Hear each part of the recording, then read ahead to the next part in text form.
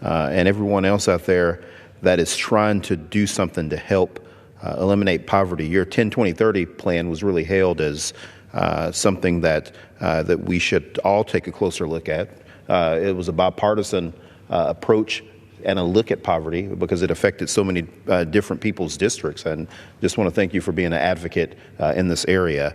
And now I'd like to call up my colleague from the great state of California, Karen Bass.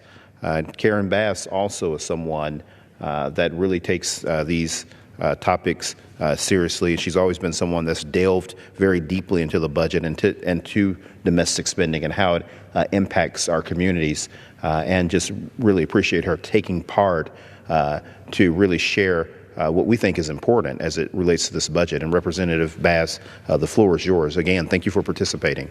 Thank you, Mr. VC, and also thank you, Ms. Dimmings, for your leadership in this hour. I know that our theme is, what do we have to lose? That's something that the president, during his campaign, asked the African-American community. What do you have to lose? Why don't you think about voting Republican this time? So I was a part of the group that Mr. Clyburn referred to that went and met with the president last week. Members of the Congressional Black Caucus Executive Committee met with the president, and we went over to the White House to answer the question, what do we have to lose? As my colleagues that have spoken before me mentioned, we believe that we have a lot to lose, and I think that the budget is a reflection of all that we have to lose. As my colleague Val Deming said, a budget is a reflection of your values. It's a reflection of where you think taxpayers' money should be spent. And so in the opportunity that I had to speak with the president, I mentioned to him that I was sure that he was aware that in the United States, over 2 million people are incarcerated. In fact, we incarcerate more people in the United States than any other country on the planet. What I told him that he probably wasn't aware of was that this was an issue, a bipartisan, bicameral issue that members of Congress in both houses were looking at, because we've recognized over the years that incarceration is not the solution to communities that are experiencing crime. We told him that there was a trend in Congress to actually reconsider policies that led to over-incarceration. We told him that the Congressional Black Caucus was concerned about messages that we'd heard from him, one that is reflected in his budget, two that was reflected in his New Deal for Black America, where the focus was on law and order. We told him that we were concerned about his proposals to address problems in poor communities, and our chair, Cedric Richmond, specifically pointed out that he was concerned about the way African-American communities were consistently described as riddled by violence and as almost uninhabitable. We told him that we thought he probably wasn't aware that 95% of prisoners return to communities, and that maybe he was not aware that many of these inmates return to certain zip codes. If you have a community in certain zip codes where a number of people have been released from prison without any services, then naturally you are going to have a problem with recidivism. We have people coming out of prison who then find out that they are prohibited from working, that they're ineligible for public benefits, including even a driver's license. In the state of California, we had a program in state prisons where we trained you to be a barber, but then we didn't allow you to have a license if you had been a prisoner. So we had to change state law to change that. We told him that if we don't find ways to reintegrate people into society, that he needed to understand that that was actually a contributing factor to crime and violence in many communities. When we went to the White House, we didn't just go to point out problems, but we also went to talk about solutions. And here is the concern when it comes to the budget. The budget that the president delivered to Congress so far is so general that we don't know whether or not some of the cuts to discretionary spending would include programs like the Second Chance Act. The Second Chance Act is a program that provides funding to states to address and reduce recidivism. The Second Chance Act are programs that work with inmates before they are released to address the root causes of why they offended in the first place. So people in prison, a large percentage, did not graduate high school. So services that are provided by the Second Chance Act include employment services, mental health, substance abuse, housing, education, and family reunification.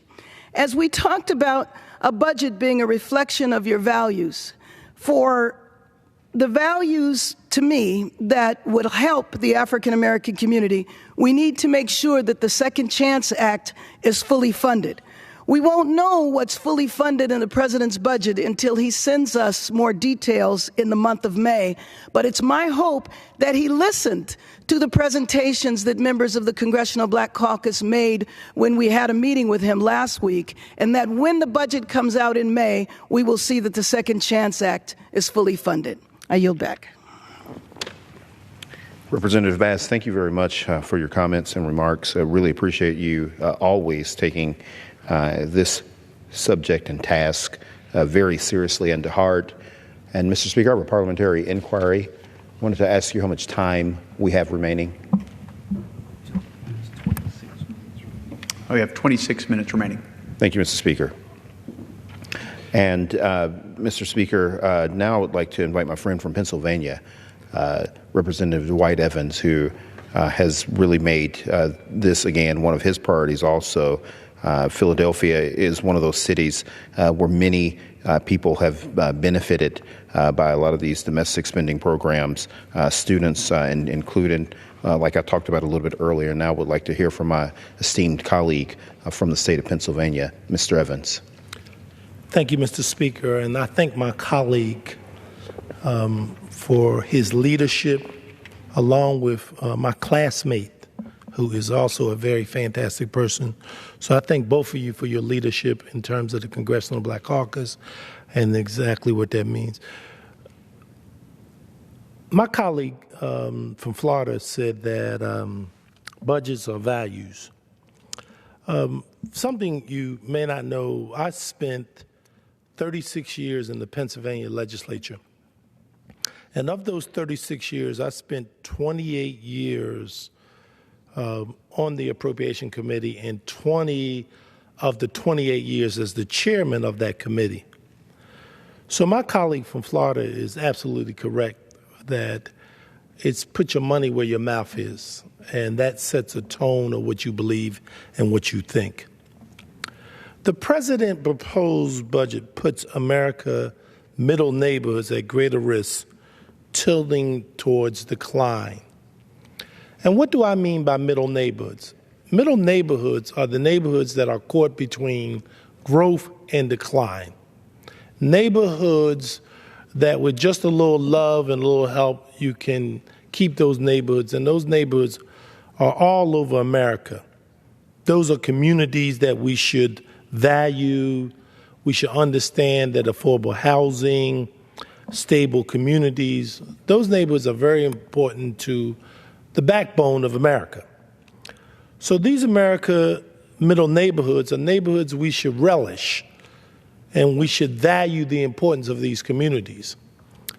But under this proposed budget, they do not give our seniors, our children, or our working families a chance to get ahead. Major cuts, Mr. Speaker, funds for federal student services, such as LIHEAP, grants for after-school programs, community development block grants, community service block grants, and others to help families and help raise them out of Pennsylvania poverty. Last week, Mr. Speaker, I met with students from the Pennsylvania Trio Gear Up and Upper Bound programs. President Trump's budget proposed cuts for millions of these programs, which support first-time generation college students through outreach to low-income and minority middle high school students. This is our future. This is our future. We are in the 21st century, and we understand if we are to be very competitive in the world, we must leave no child behind. It's important, Mr. Speaker, to recognize that the investments we're talking about benefits all of us. If we want a strong economy, these middle neighborhoods are essential. These middle neighborhoods are where people grow and develop. They go on to college, they do well in school, and they hold our society together. The president's budget undermines and cuts the crucial investments we have made in our cities and our neighborhoods. Neighborhoods that we all come from, neighborhoods that we all recognize the importance of these communities. We should not take this for granted because the reality, as my colleague said from Florida, our values are where our dollars are. And I totally agree with her. Because she is really telling us all that you can pay now or you can pay later. It is better to pay on the front end rather than the back end. It is better to understand that these communities are communities that help America be what it is today. The president's budget undermines and cuts the critical investments. The president's budget does not give our cities the adequate resources to invest in our communities and move our cities in the wrong direction. I think that the president, as my colleague just said earlier, says, what do we have to lose? Well, we have a lot to lose under this proposed budget. This budget is no new deal for Black America. Matter of fact, this is no deal at all. We clearly understand that this means cut in health care, education, affordable housing, and food nutritional programs. This is no deal because we understand that we must make investment. If we're talking about moving America forward and we're talking about making it what we know it can be in terms of America, we must make this investment. But we cannot make these investments. We cannot be talking out both sides of our mouths. We cannot on one hand say, what do we have to lose? And then on the other hand, do nothing in the budget whatsoever. So it's clear, Mr. Speaker, that we have a missed opportunity here. But I'm proud to stand as a member of the Congressional Black Caucus and join with all of my colleagues, as the chairman of the Congressional Black Caucus would say, as being the conscience of the Congress. It is important to understand that we don't take that lightly. That's why we stand here today, Mr. Speaker. We stand here to raise the voice, to stress to people that we're not going to give up, that we recognize that we all have a responsibility and an obligation in this democracy, that this is our democracy, and it is something that we should never take for granted. We have a lot to lose. We stand to lose everything that have made our neighbors stronger block by block. So, Mr. Speaker, I stand here with all of my colleagues to carry this message to everyone, that we're never going to give up. Never, never, never. I yield back the balance of my time. Thank you, Mr. Speaker. Representative Evans, thank you very much. I really appreciate your thoughtfulness and your participation on this topic. And now I'd like to invite my colleague, who is known as a fighter in her district, not only on these domestic spending issues and not only in her district, but throughout the entire United States. And that is my colleague from Los Angeles County, Maxine Waters. Very happy that she's participating. I know that she's been very vocal about these developments, dealing with the budget and dealing with other issues that are facing us here in Washington, D.C., and really appreciate her participating in tonight's discussion. Thank you very much. I do appreciate the time that I'm being allotted here this evening, joining with my colleagues in the Congressional Black Caucus to answer the question that was posed to us by this president. I rise to answer President Trump's question to the Black community. Now, all throughout his campaign, President Trump declared that Black people all across this country just live in hell and fear each day, and we may be shot on the street. Basically said we have nothing, our education is no good, on and on and on. And then he went on to say that only he can solve the challenges African Americans face. Unfortunately, this kind of talk is typical of this president: boasting, bragging, making promises. This president will say anything, promise anything, of course, with no intention of living up to his promises. One should not believe anything he has to say. As a matter of fact, the African American community understands very well when these kind of empty promises are made. As a matter of fact, I'd like to draw your attention to the fact that the presidents of the historically black colleges and universities organized, put together a proposal, and they went to meet with the president at the White House. They didn't even have an opportunity to present the proposal. They were just ushered around in a photo op, and that was all that happened, without any real conversation, without any proposals being produced. And so they were treated in a disrespectful way. And this basically is what I've decided we can expect from the president. His budget and policy priorities reveal his true intentions and what so many of us already know about this president. He really doesn't care about the issues facing the African American community, and he doesn't care to learn about those issues or advance any meaningful legislation to provide jobs and economic opportunities for our nation's most vulnerable communities. If you take a look at Trump's HUD budget, you find a $6 billion reduction. He wants to eliminate the Community Development Block Grant Program, which supports our cities and various urban renewal projects. He wants to eliminate the Home Investment Partnership Program.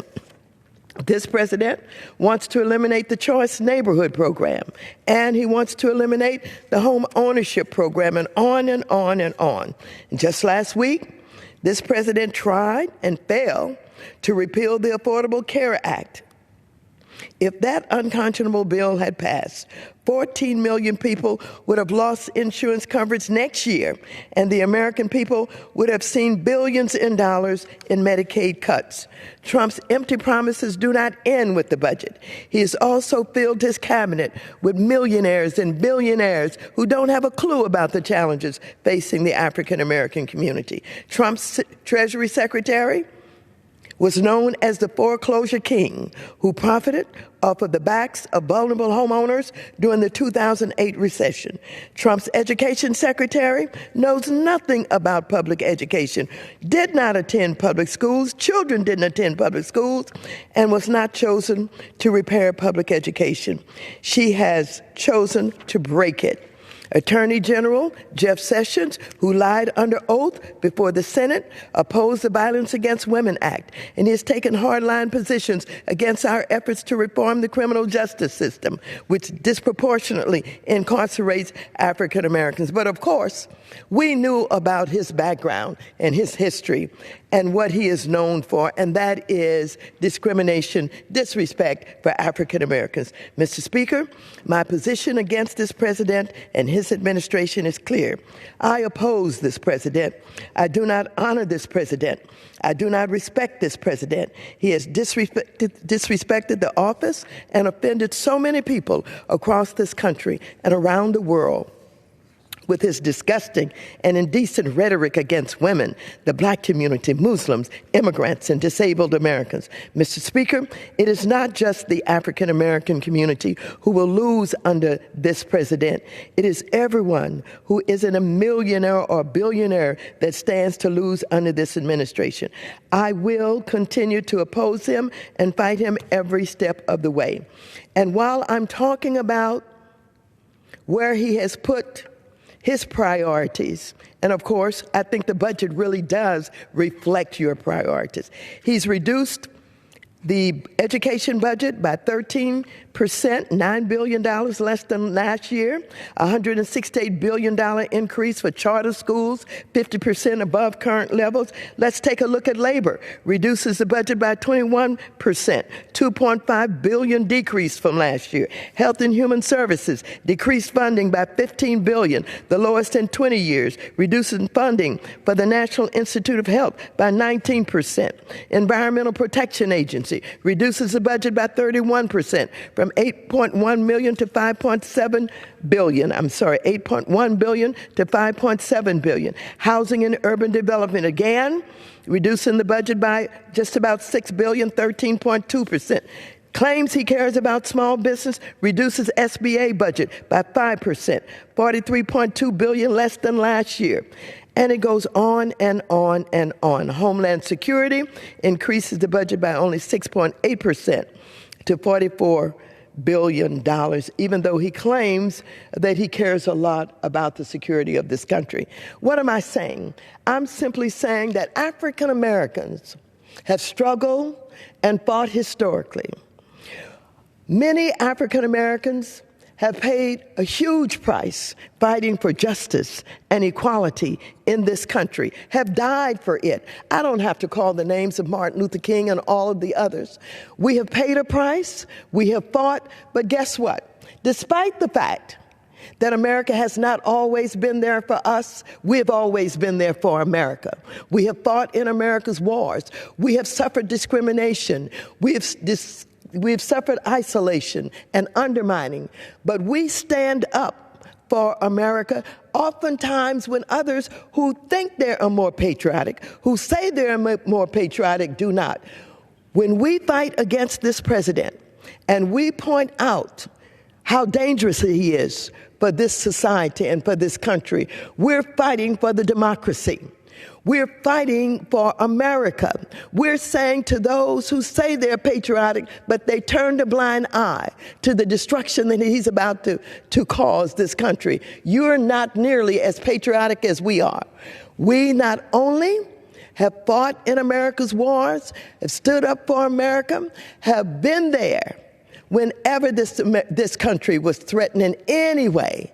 And we say now that this country is threatened with a president who does not belong there, a president who does not understand how this government works, a president who goes down to Mar-a-Lago every weekend and plays golf. He's not huddling with the members of Congress and trying to figure out how to form a consensus, but rather he's thought he could come in here and run roughshod over everybody. But that's how he works. That's how he acts. He's not good for America.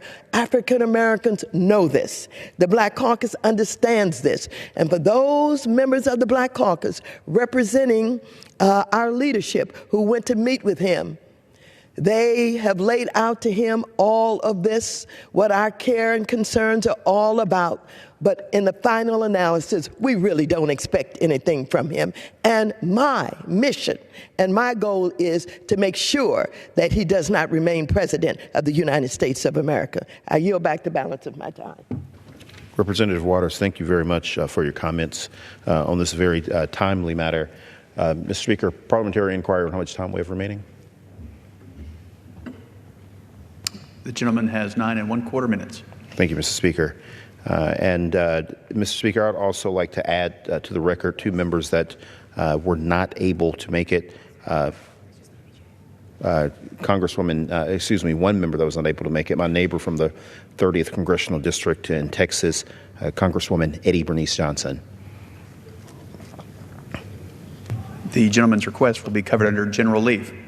Thank you. Thank you very much, Mr. Speaker. And now I'd like to invite the gentleman from Virginia, my good friend, Bobby Scott, who's also a leader on education issues and domestic spending.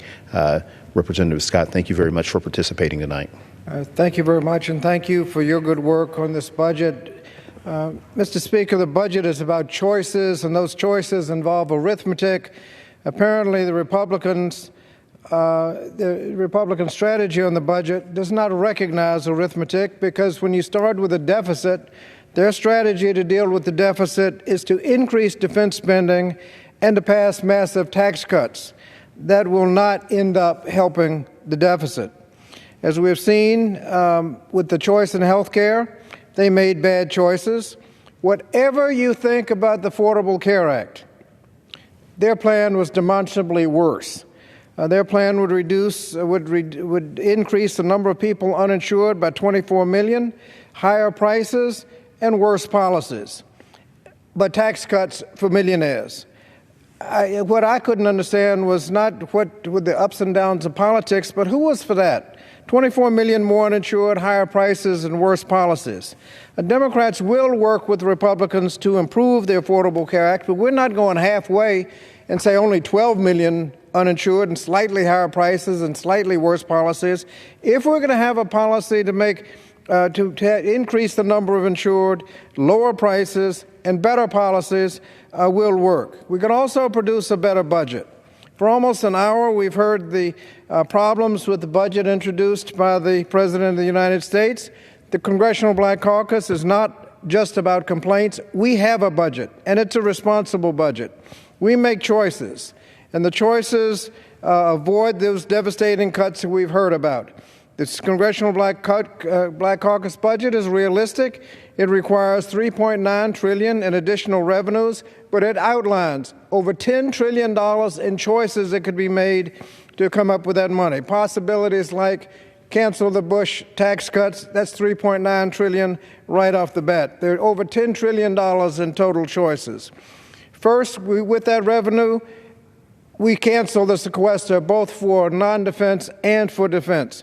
Then we make investments in the future of American families with investments in education, job-creating infrastructure, the environment, scientific research, and maintain a strong social safety net. And in the end, we reduce the deficit by a cumulative amount over $2 trillion reduction in the deficit. So let's be clear. We're going to make choices with the budget. Choices like we made a few years ago. People say a lot about the proposal by Senator Bernie Sanders, $900 billion for free college. Could we afford that? Well, just think a couple of years ago, we passed with one vote an extension in tax cuts, $3.9 trillion. We could have, with the same amount of money, extended $3 trillion in tax cuts, and with the money left over, free college. But we didn't make that choice.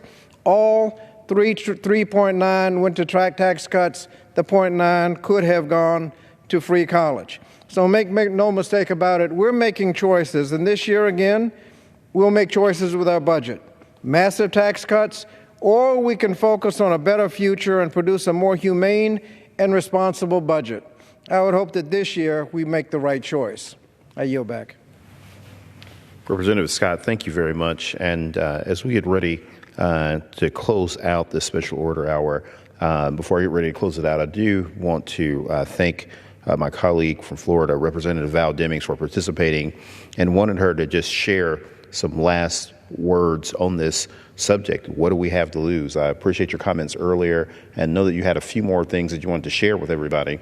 Thank you so much, and thank you, Mr. Speaker. You know, I spent 27 years in law enforcement, and I realized early in my career that we could not arrest our way out of the challenges that we face, that we had to address some of the social ills that cause decay in communities in the first place if we're going to make those communities better.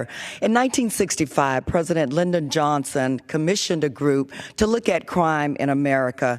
I'd like to share just a short paragraph of their report. It says, every effort must be made to strengthen the family. Now, from shattered by the grinding pressures of the slums. Slum schools must be given enough resources to make them as good as schools elsewhere, and to enable them to compensate for the various handicaps suffered by the slum child, to rescue him from his environment.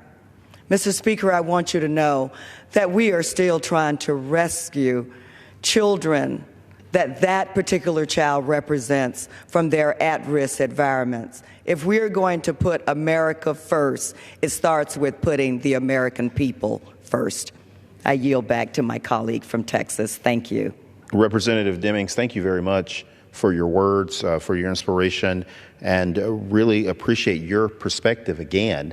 Now you're getting an opportunity to see this as a member of Congress, but the 27 years that you spent in law enforcement, it gave you a bird's eye perspective on what happens when we don't invest in education, when we don't invest in health care, when we don't invest in things that help families uplift themselves and give themselves opportunity to pull one another out of poverty.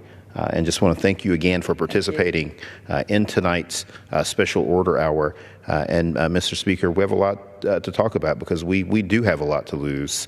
With that, I yield back the balance of my time and thank everybody for participating this evening. The gentleman yields back. Thank you. Members are reminded to refrain from engaging in personalities towards the president. Does the gentleman from Texas have a motion? Order to adjourn, Mr. Speaker. So the question is on the motion to adjourn. Those in favor say aye. Those opposed say nay. The ayes have it, and the motion is adopted. Accordingly, the House stands adjourned until 10 a.m. tomorrow for morning hour debate. House is adjourned. The House is gavelled out, but earlier members debated and passed 3 bills, including one that would require FEMA to report to Congress on its plans for assisting and informing those affected by an emergency or disaster. Tomorrow in the House, debate and votes on a disapproval resolution that repeals an Obama administration FCC privacy rule for Internet service providers. Follow the House live here on C-SPAN when members return Tuesday at 10 a.m. Eastern for morning speeches and noon for legislative work. The American-Israel Public Affairs Committee, known as AIPAC, is meeting in Washington this week. We'll bring you some of that conference next on C-SPAN. Attorney General Jeff Sessions said the Justice Department is following through on an executive order to withhold federal grants from so-called sanctuary cities, which are places where local law enforcement limit their cooperation with federal authorities on immigration enforcement. U.S. Ambassador to the UN, Nikki Haley, said today the U.S. will boycott UN talks to ban nuclear weapons. Later, the Senate Judiciary Committee postpones a vote on Supreme Court nominee Neil Gorsuch. C-SPAN's Washington Journal, live every day, with news and policy issues that impact you. Coming up Tuesday morning, Tax Foundation economist Kyle Pomerleau will frame the upcoming congressional debate on tax reform and examine Democratic, Republican, and bipartisan proposals. Then North Carolina Republican Congressman Walter Jones and California Democratic Congressman John Garamendi will join us to discuss a bill they co-sponsored calling for a complete withdrawal of U.S. troops from Afghanistan. Be sure to watch C-SPAN's Washington Journal, live at 7 a.m. Eastern, Tuesday morning. Join the discussion. Vice President Mike Pence also spoke to the AIPAC conference. He talked Sunday about moving the U.S. Embassy from Tel Aviv to Jerusalem, which he said the Trump administration is considering. This is 20 Minutes.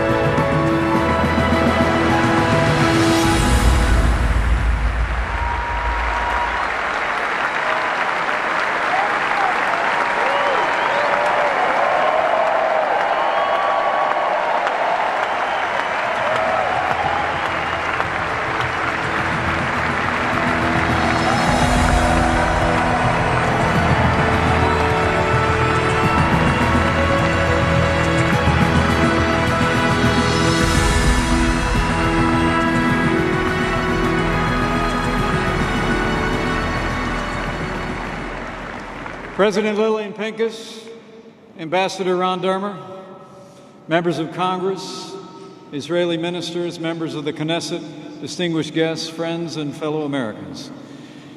It is great to be back to AIPAC, the largest and most influential gathering of the Friends of Israel in the United States.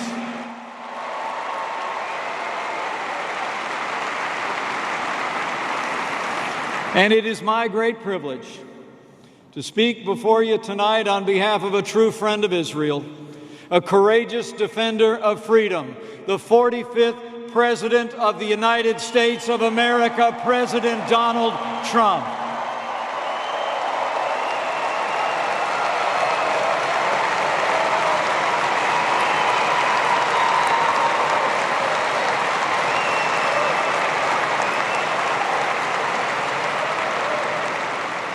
Thanks to the support of so many in this room, President Trump won a historic victory, and I'm here to pay a debt of gratitude to all of you who helped elect a president who I know will make America great again.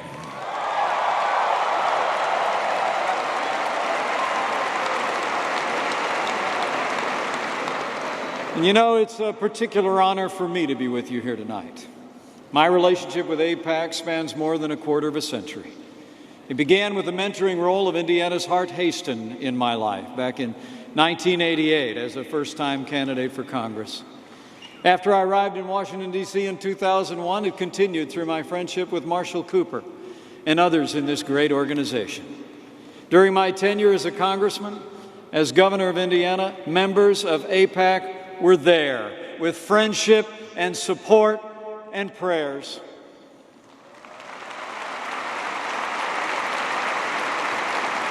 And let me just say, it's actually very hard for me to express before those friends of so many years the profound humility and gratitude I feel to stand before you tonight as the 48th Vice President of the United States of America. From the bottom of my heart, thank you.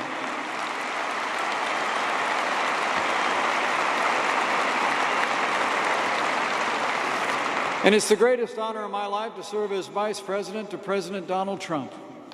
I'm proud to call him my friend.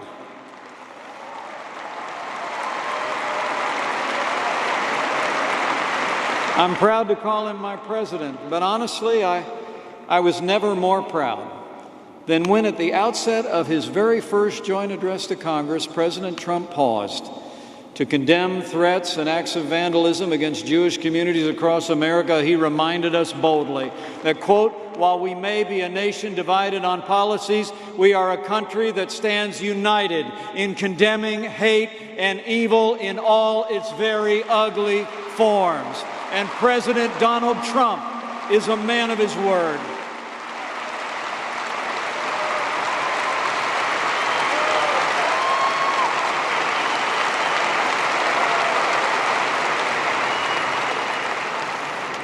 And he's a man of action. For the first time in a long time, America has a president who will stand with our allies and stand up to our enemies.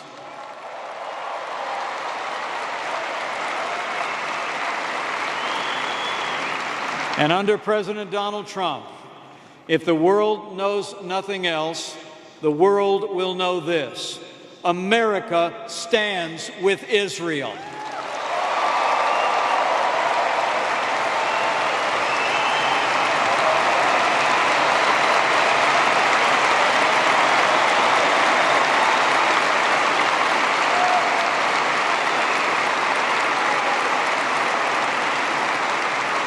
President Trump and I stand with Israel for the same reason every freedom-loving American stands with Israel. Because her cause is our cause. Her values are our values. And her fight is our fight. And President Trump is a lifelong friend of Israel. I've seen it firsthand, the president's deep affection for Israel and all who cherish her. It was the morning after the election. I was in the room when Prime Minister Netanyahu called to congratulate the president on that great victory. I heard President Trump express his unwavering support for Israel and the Jewish people, support he would reiterate last month when he welcomed the Prime Minister to the White House to reaffirm the enduring bond between our nations and our peoples.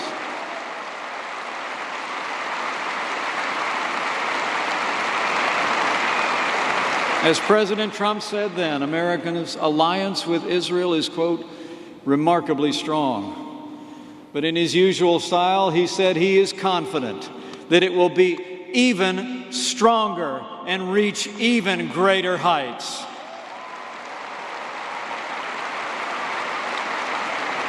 Now, for my part, my Christian upbringing compels me to cherish Israel. The songs of the land and the people of Israel were the anthems of my youth. My wife and I had the privilege of visiting Israel in 2004 and again in 2008, and we fulfilled a lifelong dream to bring all three of our children to the Holy Land in December of 2014.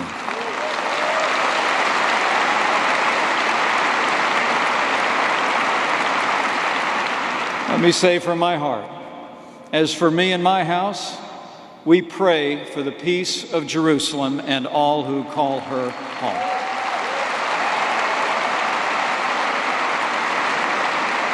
And I say with confidence to all gathered here, President Trump and I stand without apology for Israel, and we always will.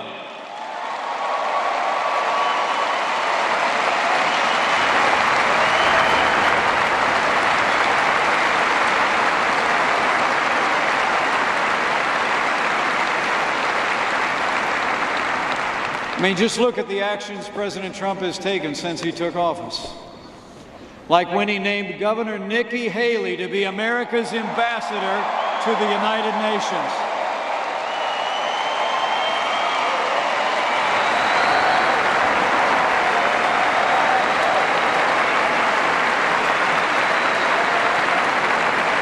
As you'll hear tomorrow night, Ambassador Haley is already fighting tirelessly to end the one-sided actions at the UN that unfairly target Israel. And under President Trump, the United States will no longer allow the United Nations to be used as a forum for invective against Israel or the West.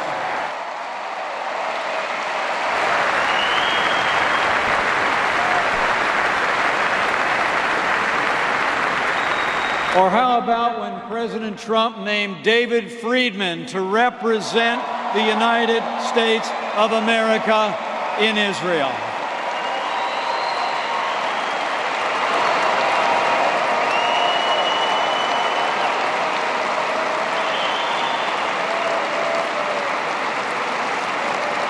David is an unabashed advocate for a stronger Israel-America relationship, and our friendship will be stronger after he gets sworn in as ambassador. And I got to tell you, I just can't wait. This week it will be my high honor to administer the oath of office to Ambassador David Friedman.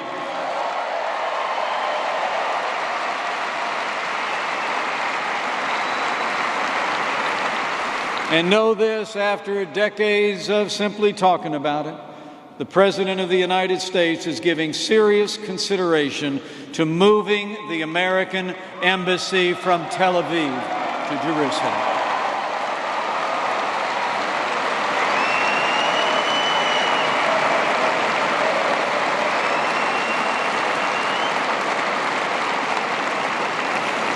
But let me be clear.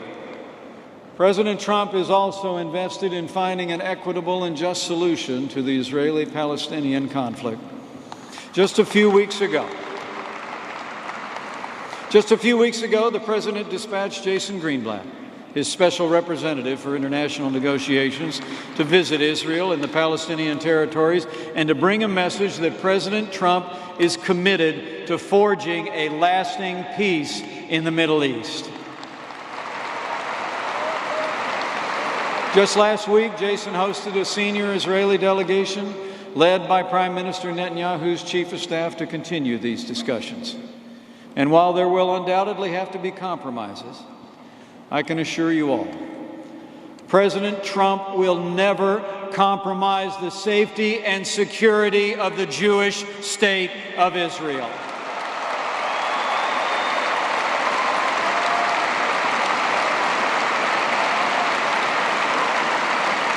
Now, since its founding, the Israeli people have awed the world with their strength of will and their strength of character.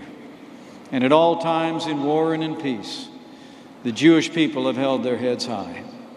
It's because of their valor and their vitality that Israel thrives, a beacon of freedom and prosperity for all the world to see. Every day, in every way, the Jewish people's dignity rebukes all who would condemn them, not for what they do wrong, but for what they do right. And President Trump has made it clear. America stands alongside Israel as friends and as allies, and together we will confront those enemies who threaten our people and all that we hold dear. I'm proud to say today America's support for Israel's security is at a record level.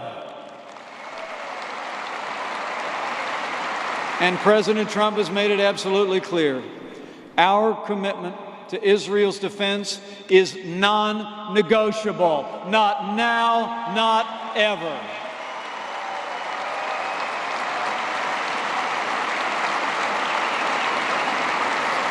In fact, my fellow Americans, we have a president who is already busy rebuilding our military, restoring the arsenal of democracy, and we will once again provide our soldiers, sailors, airmen, Marines, and Coast Guard with the resources and training they need to accomplish their mission, protect our families, and defend our allies.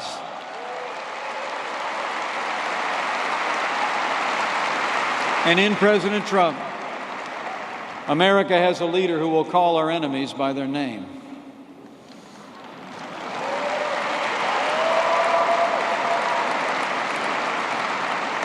Just last week in London, in the shadow of Parliament, radical Islamic terrorism reared its ugly head, claiming the lives of innocent civilians, including an American. At this very moment, our administration is crafting plans to defeat radical Islamic terrorism so it can no longer bring violence to our enemies, to our allies, or inspire violence here at home. And let me be clear, President Trump is working with our military, and the American people can know this. We will hunt down and destroy ISIS at its source so it can no longer threaten our people, our allies, or our most cherished ally, Israel.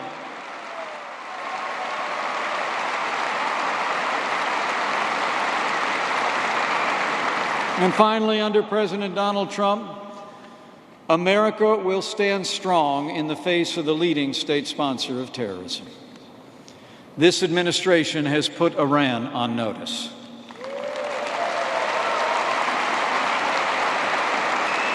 America will no longer tolerate Iran's efforts to destabilize the region and jeopardize Israel's security.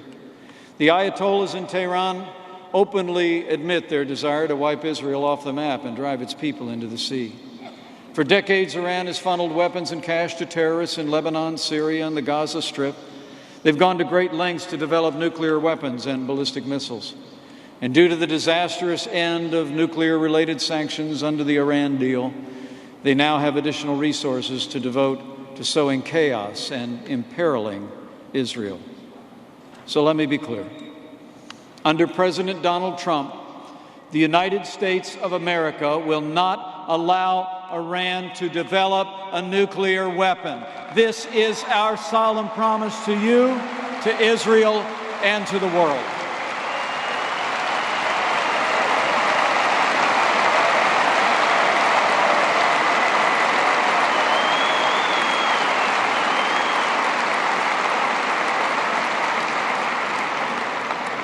History attests that enmity toward the Jewish people often turns from evil thought to evil action.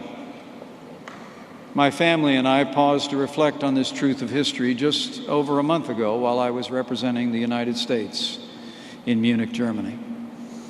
After attending the security conference, my family and I traveled to the first Nazi concentration camp in Dachau. I'd been there as a young man, but Karen and I wanted our daughter to see it too. We arrived at the camp in an early morning fog, and we were accompanied on our tour by Abbe Noer, a 93-year-old Holocaust survivor who had been imprisoned in Dachau as a 17-year-old boy. As we walked through the camp, Abbe described to me the hellish life he endured, toiling away as a slave, while those around him were taken away, one by one, never to return. And then he stopped, looked up at me with tears in his eyes, and said words I'll never forget. He said, "Then the Americans came."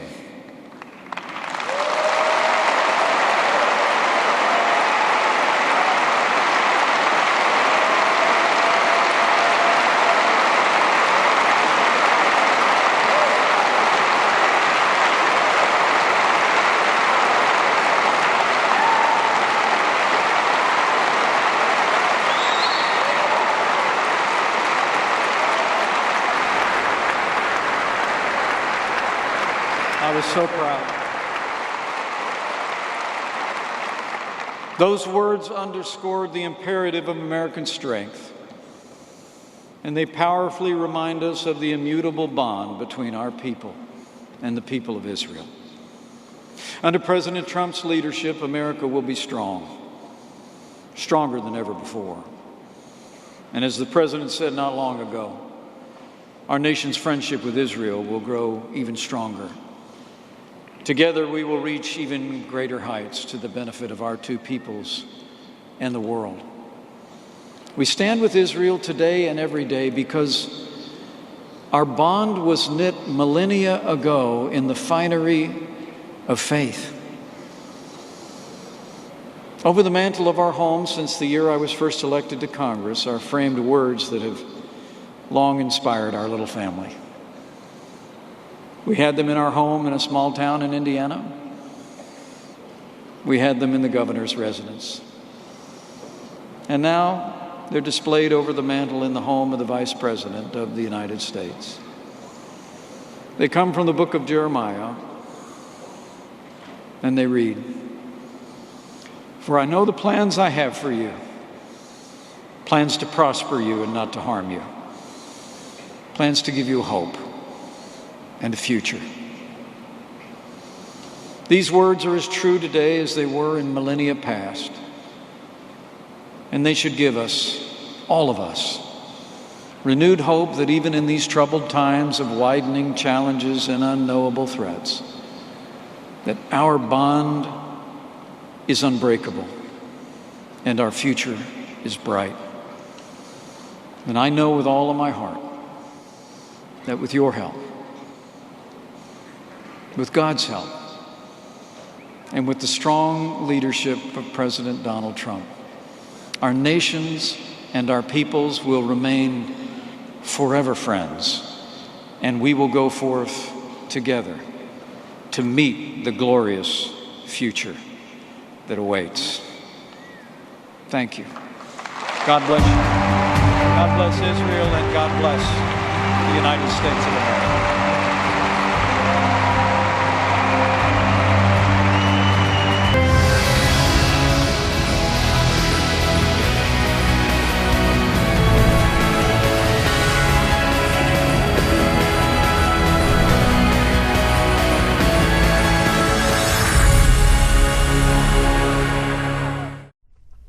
A Senate panel will look into how sexual assaults against young athletes are investigated.